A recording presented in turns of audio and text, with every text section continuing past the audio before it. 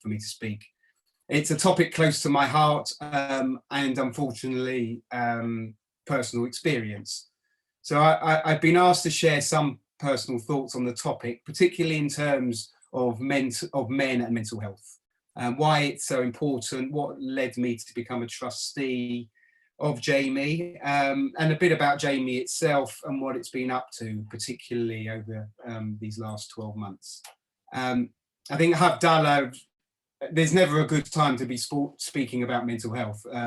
Havdalah is a particularly difficult time of the week to be talking about it. It's the end of a day when the day of spirituality and relaxation, when you're meant to be refreshed and ready to start the new week reinvigorated. And it's not a time of the week that you really want to be challenged by topics like this. But so I will therefore try to not keep you too long and not too long away from the rest of your evening. So I'm sitting here, I'm in my small room, I'm a man, I am 53, I've been in lockdown for a significant part, if not close to most of the last year, limited, in fact, no physical contact with friends and large numbers of family, stressful time at work. I've taken the enormous decision to leave my job after 27 years. All factors that personally could conceivably have a significant effect on my mental health. The truth is, COVID has been relatively benign for me personally, thank God. I've remained free of infection. I've been able to have some real quality time with my fantastic wife. I have to say that, she's on the Zoom. And my children. I have a luxury of a good home, a garden, plenty of outdoor space. For many, however, coronavirus has clearly not been that. Mental health more to the forefront of people's minds, and unfortunately it's actually done a lot to exacerbate what was an already significant and growing issue in our community and in the wider community. Now, mental health issues can affect any of us, regardless of our age, sex, lifestyle. None of us are immune to the risk of developing a mental health condition at some time in our lives. We are all vulnerable to experiencing depression and anxiety. It affects our mood, thinking, behavior, it impacts our work, our school, our relationships, our self-care. And despite the stigma and discrimination exists, there shouldn't be any shame in admitting it and getting help when necessary. In the UK, the latest statistics record a quarter of 1 in 4 people of our population will experience some type of mental health problem each year. Now, that's before coronavirus. This is likely to have got a lot worse since the start of the pandemic.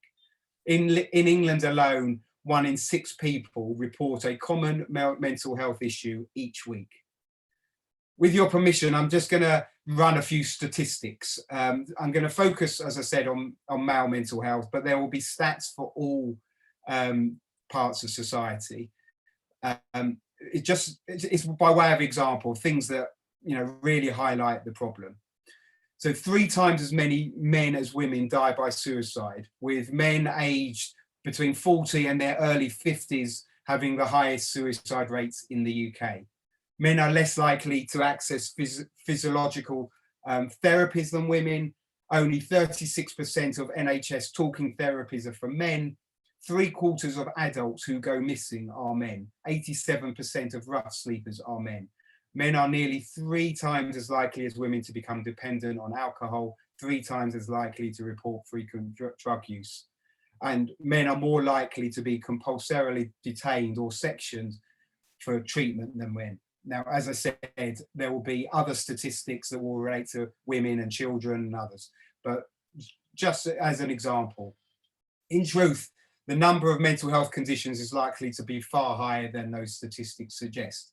This is because mental health issues are often undiagnosed, particularly for men, with men suffering in silence rather than seeking out help. The stigma around mental health for men mainly comes down to social conditioning. Many men feel there's a stigma attached to reporting such an issue. There can be a wide range of reasons why men feel they can't talk about their feelings or a visit to a doctor for help. You know, men are brought up with unrealistic expectations that they have to be strong and in control.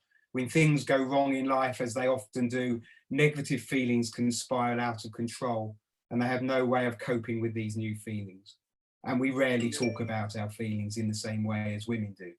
Many men do not have an outlet to chat with friends away from general topics and banter, and many feel that if they did admit to feeling anxious or depressed to their friends, they would be ridiculed. You know, real men don't cry, expression that sadly many men still believe in. Although some men may talk about their mental health with a partner, in most cases, any mental health difficulties are hidden away and brushed under the carpet from the people closest to them. For men, this is a difficult conversation to have, believe you me. Many men report that they do not want to waste example, they don't want to waste the doctor's time. They struggle with admitting they need help. They're embarrassed, ashamed about their feelings. Others feel they've got to have it all under control, and they do not want to admit they need support. Thank God Karen's in another room at the moment. I can just hear her voice saying, yeah, right, this all sounds very familiar.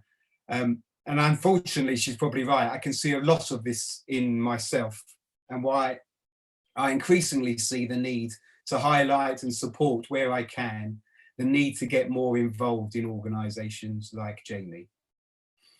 It's a difficult bit. I suspect many of us have experienced, either personally or in relation to others close to us, the struggles and sometimes devastation caused by mental health. For me, it hasn't been until fairly recently that I've been able to think about and become aware of, and indeed actually come close to speaking about and recognising what I have personally seen or experienced. The suicide of a cousin when I was very young, something that was never discussed in my family and is still never discussed in my family. The serious mental health issues my mother lived with throughout her life, and my brother and I had to cope with from a very young age, and the problems a number of her siblings still live with. Most of this, in fact, pretty much all of it, not diagnosed and certainly not discussed.